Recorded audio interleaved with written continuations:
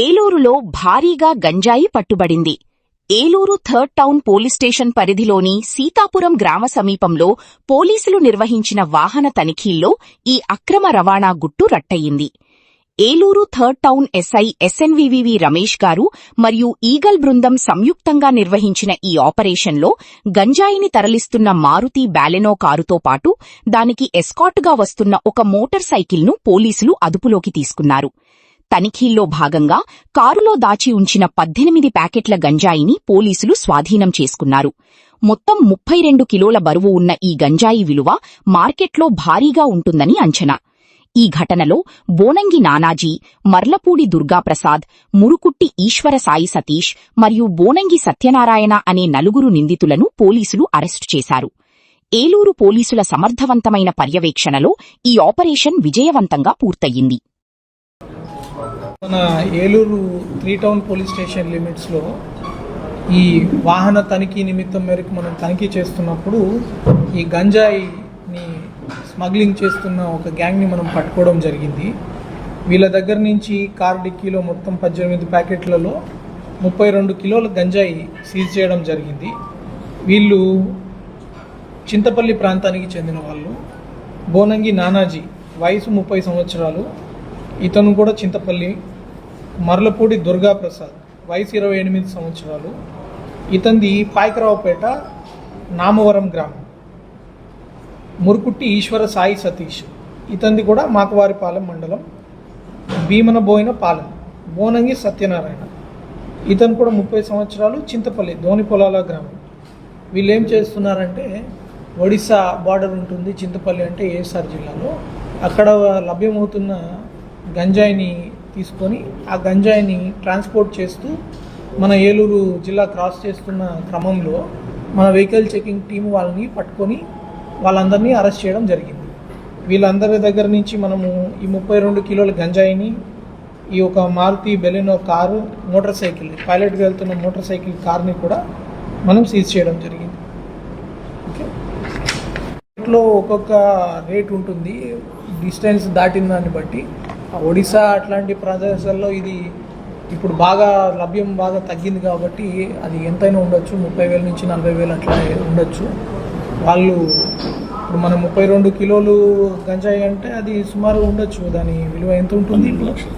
13 లక్షల చిల్లర వరకు దాని విలువ ఉండొచ్చు. అది వాళ్ళు ఎంత దూరం తీసుకుపోతారు అనేది కూడా విచారణ చేస్తున్నాము. ఎక్కడికి అమ్ముతున్నారు ఏంటి అనేది ఫర్దర్ కస్టడీలోకి తీసుకొని ఫర్దర్ వాళ్ళని విచారించి వాళ్ళని కూడా పట్టుకోవడం జరుగుతుంది. సో వీళ్ళ మీద కేసు వివరాలు కూడా ఉన్నాయి కదా, పాత కేసుల వివరాలు.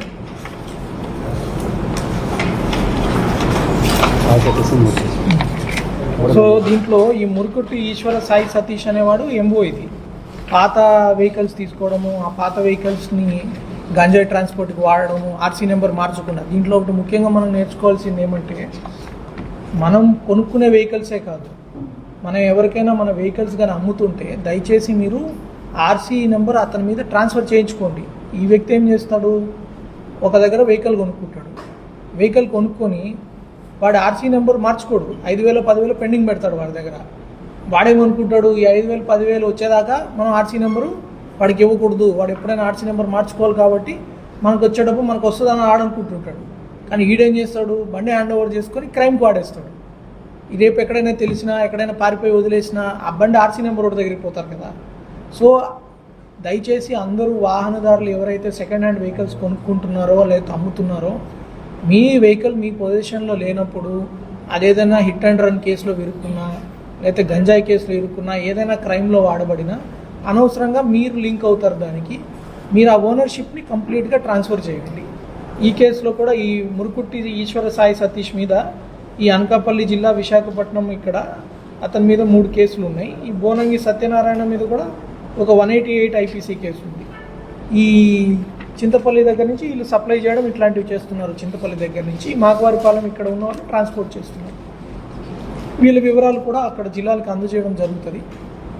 వీళ్ళకి సహకరించిన వాళ్ళు ఎవరు ఏంటి అనేది ఇంకా ఫర్దర్ ఇన్వెస్టిగేషన్లో అక్కడ టీమ్స్ కూడా వెరిఫై చేస్తాయి, కఠినంగా చర్యలు తీసుకుంటారు వాళ్ళ మీద.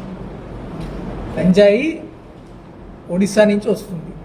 అక్కడ స్వయంగా నేను కూడా పార్టిసిపేట్ చేశాను గంజాయి విధ్వంసంలో. సో అక్కడ ఏమవుతుందంటే ఒడిశాలో చాలా నదీ ప్రాంతాలు ఉంటాయి, అక్కడ నక్సల్ పరిస్థితులు కానీ ఇంకొకటి కానీ అక్కడ ఇంకా గంజాయి కల్టివేషన్ ఉంది.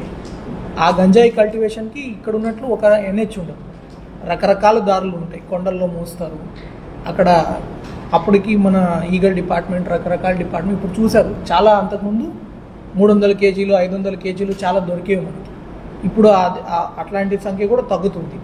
దాని అర్థం ఏంటి, మంచిగా ఫిల్టర్ అవుతూ వస్తుంది. చాలా తక్కువ కేసులు మన దాకా ముందే పట్టుకుంటున్నారు వాళ్ళు. అట్లాంటి ఒక కేసు మన దాకా వచ్చినా మనం కూడా ఇక్కడ అది వాడు డెస్టినేషన్ పోకముందే, దీంట్లో మన జిల్లా వాళ్ళు ఎవరు లేరు, అది డెస్టినేషన్ పోకముందే ఈ వెహికల్ చెకింగ్లో మనం ఆపుకొని పట్టుకోవడం జరిగింది.